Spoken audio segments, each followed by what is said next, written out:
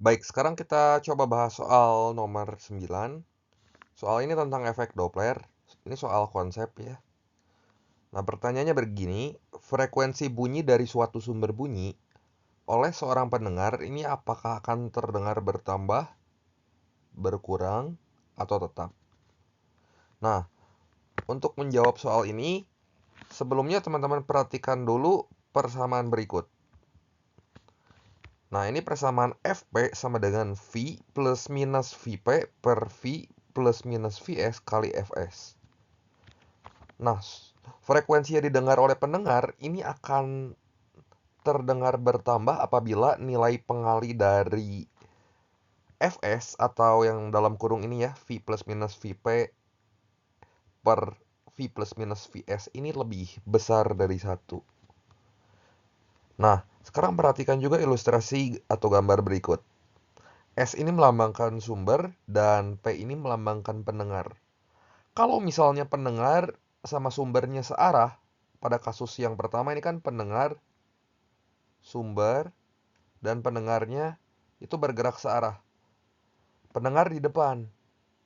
Kelajuan sumber lebih besar dari kelajuan pendengar. Jadi kita bisa tulis faktor pengalinya jadi seperti ini. V minus Vp per V minus Vs. Kenapa ini minus? Kan pendengarnya itu menjauhi sumber, berarti minus. Kemudian sumbernya juga lebih besar. Ya, punya kelajuan sumber itu lebih besar dari kelajuan pendengar karena sumbernya mendekati, berarti dia harus minus juga gitu. Tapi karena di sini kelajuan sumbernya lebih besar, berarti faktor pembaginya kan lebih kecil ya. Jadi nilai yang penyebut ini lebih kecil. Kalau lebih kecil, artinya kita bisa simpulkan frekuensi yang didengar oleh pendengarnya dia akan bertambah gitu. Jadi pernyataan yang nomor 1 ini benar ya. Pernyataan yang kedua, bertambah jika sumber diam dan pendengar mendekati sumber. Nah, kalau misalnya sumbernya diam, artinya nanti nilai Vs-nya kita ganti 0. Ya, pendengar mendekati, berarti tandanya ini positif. V plus Vp per V tambah 0. Jelas hasilnya lebih dari 1. Kalau hasilnya lebih dari 1, kita simpulkan frekuensi bunyi yang didengar oleh pendengar akan terdengar bertambah gitu. Tambah tinggi gitu. Kemudian pernyataan yang ketiga. Oke, pernyataan ketiga, frekuensinya akan terdengar berkurang jika pendengar diam dan sumber menjauhi pendengar. Sumber menjauhi pendengar berarti Vs-nya di sini kita kasih tanda positif ya. Jadi faktor penyebut di sini lebih besar dibanding faktor pembilangnya. Kan pendengar diam, berarti Vp-nya kita ganti 0. V per V plus Vs, pastilah hasilnya kurang dari 1. Karena hasilnya kurang dari 1, maka frekuensi yang didengar oleh pendengarnya nanti akan berkurang.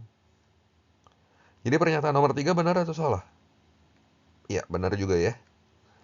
Terakhir, frekuensinya akan terdengar tetap jika sumber dan pendengar diam.